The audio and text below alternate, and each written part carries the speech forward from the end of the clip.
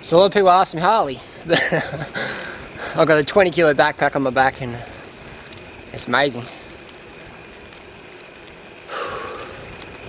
People ask me, Harley, the fruit's got simple sugars, and the wankers at Weight Weenies and Weight Watchers, weight losers say that for these simple sugars, I don't get obese. I'll tell you what, in 2002, I learned about how fruit's like the best food for humans, the best source of carbohydrates, you know, most nutrient dense per calorie, easiest to digest, most sustainable, most tasty, you know, most environmental, etc, etc, etc. So I thought, okay, I'm going to eat more fruit. And I started off in 2002 by eating 20 kilos of bananas a week. Which back then I was just like, 20 kilos of bananas? Oh man, that's so much. And everyone was laughing at me. And 20 kilos of bananas is only about 10,000 calories. So divide by 7, that's about 1,400 calories a day. And I'm eating now anywhere between 10,000 calories a day from fruit, up to, not every day. Every day is 3,500, 4,500 a day. And so you think after 8 years of eating, overeating they say, insane amounts of fruit, I'd be obese, shouldn't I? And I don't train that much, you know, I train about 80 minutes a day. Well, most people in cycling train way more than that. 80 minutes a day, you're just cruising around, doing around 50% of max heart rate, a race, most weekends, you know. But I've had a few years off racing. And look how fat I've become. I mean, look at my cheeks. You know, they're bulging out with excess fat. Look at my arm. Look at that fat on that tricep, shaking it. Look at that fat dripping off there, you know what I mean? That's crazy. Flat stomach, I don't know if you can see it. You know what I mean? It's sort of like, people say fruit makes you fat, and it's like, I understand that. It's just a myth that's been put out there, because if you eat fruit, you're not going to need all the weight loss bullshit out there. You're going to need all the antidepressants and stimulants to wake up, and all the antacids and all the superfood hype that all these superfood dudes sell. Colostrum and ayahuasca drugs and LSD and things like that, because life becomes a trip when you're healthy. So I'm saying, okay, Harley, I've tried your advice and I put on a few pounds. And I'm like, good. Your body probably needs to put on a few pounds, because the years of starvation you've put it under. You know, training too much, trying to live too much on late nights and too much coffee, eating, under eating. That's how your body's going, alright, we're going to store a bit extra fluid, we might store a bit extra fat, get our hormones back in shape. So you put on a few pounds. And a lot of people freak out and go, oh, I've been doing this for 2 months and I've abused my body for the last 20, 30, 40, 50, 60 years. And I've been eating healthy for 2 months. And I want it all reversed in 2 months. It's not working, Harley. I'm like, 2 months, man, are you serious? It took me 5 years of consistent training to be half decent in cycling. And that's what happens to the average person, at least 3 to 5 years of hard work, commitment, persistence, resistance to self-doubt, taking advice and people getting the results you desire. It takes effort. So 2 months is great, it's a great start. I'm not putting that down. 2 years is a great start. But once you've been doing it for 5, 10 years, so they say, the results start to show. They start to compound. Just like investing on the stock market. You know what I mean? If you've been investing for a long time, you get results.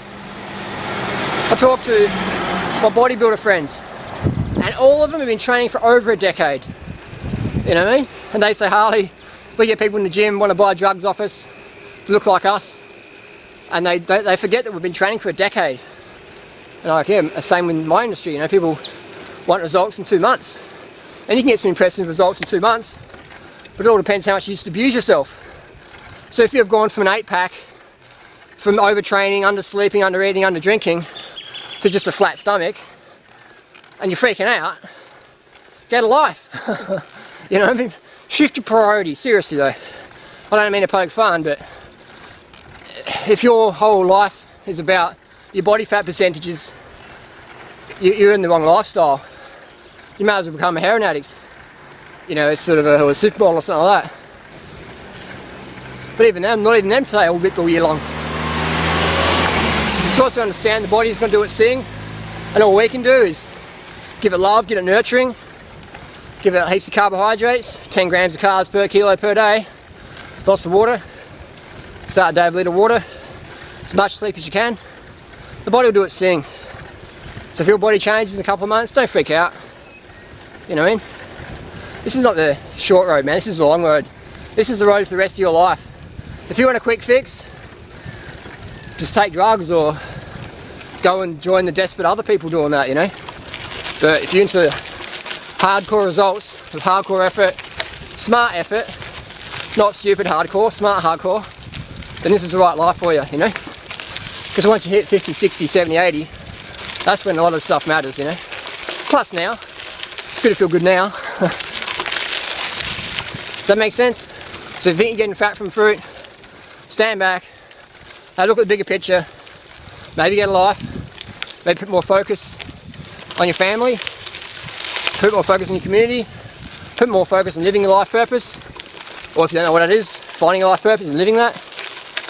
Yes, and thinking you can't do this because you're not 3% body fat, that's very limited thinking, and that's just crazy.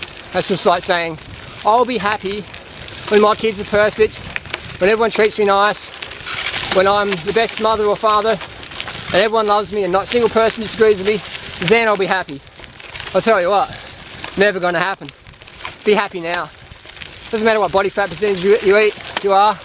Doesn't matter what you eat. Just be happy now. And let your happiness make you want to make happier choices, better choices. Alright, enough of me ranting. So does that make sense? Be patient, man. Like these cherries behind me. This farmer's just converted to organic, right? Just this year. And he's going to have some really, really low seasons, the other farmers tell him.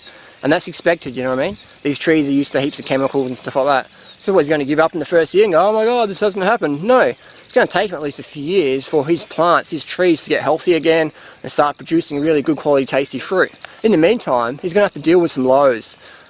So use this as an analogy, you know, pretend you're a fruit farmer. If you go organic, man, if you go healthy, if you go fruit, you might have some ups and downs at the start. But slowly, the ups and downs become more ups, you know what I mean? So be patient and just learn about basic human physiology. Learn that you can't be ripped all year round. Learn that there's a 10-15% up and down. And if you've really thrashed yourself in your past lifestyle habits, you're going to have to pay, man. You're going to be paying now. And it's not going to be the fruit's problem. It's not going to be bananas or dates or whatever. You know, you're going to be paying for your past lifestyle abuses. And hey, a few pounds, man, who cares? You know, you've got a body, you're alive. You can choose to eat healthy. That's the most important thing. Yeah, the mirror doesn't mean shit, man. The mirror does not mean shit. You know, a few seconds or a few minutes running or cycling or a few kilos lifting, or it doesn't mean anything in the bigger picture, man. What matters is your happiness. You know, how good a person you are to your family, yourself, those around you. That's what really matters. You know, so put the focus on that, and all of a sudden your body will take care of itself, and you'll be fit and healthy, lean and strong. That's what it's about. Fit, healthy, lean, strong, happy, sane. Get it? Do it. So does that make sense? Makes sense. What we find, what I've seen all the time, is athletes that have a break actually come back stronger, smarter, and have more fun than ever before, versus athletes that keep pushing and pushing till they just snap, and most of them just go, oh, what's the point? I'll just sit around and get fat, and who cares about anything? You know, just tried so hard, didn't work. It's like trying to drive your car at 200 kilometers an hour with no hands and just try to meditate around the city. And when you have a crash, you go, oh, I tried real hard and I was all spiritual and disciplined, didn't work. None of this really matters. Yeah, it's about being smart, not about being silly. So have the breaks, take as much time as you need off, set new goals, realistic goals, and work towards them eventually. And understand that you can't push your body harder than it wants to be pushed. You can't take drugs and expect to perform better long term. You'll perform better short term, but what drugs give you, they will take away from you in the long term. Just look at the top athletes that, you know, abuse themselves, and look at what they're happening to now. You look at the football players, some of the cyclists who are dead, swimmers, runners, soccer players, abuse their bodies, did the drugs, starved themselves, thrashed themselves, live for the moment, which is good. I mean, live for the moment, but sensibly for the moment, you know what I mean? A little bit of sanity. And being carved up helps you decide what's sane and what's insane. So does that make sense? Nourish yourself above all, be good to yourself, have more fun that way, and you will often set personal bests like you've never fought. Not just personal bests in sport, but personal bests in life, personal bests in relationships, personal bests in fun, drug-free fun, and I can assure you that is how it works.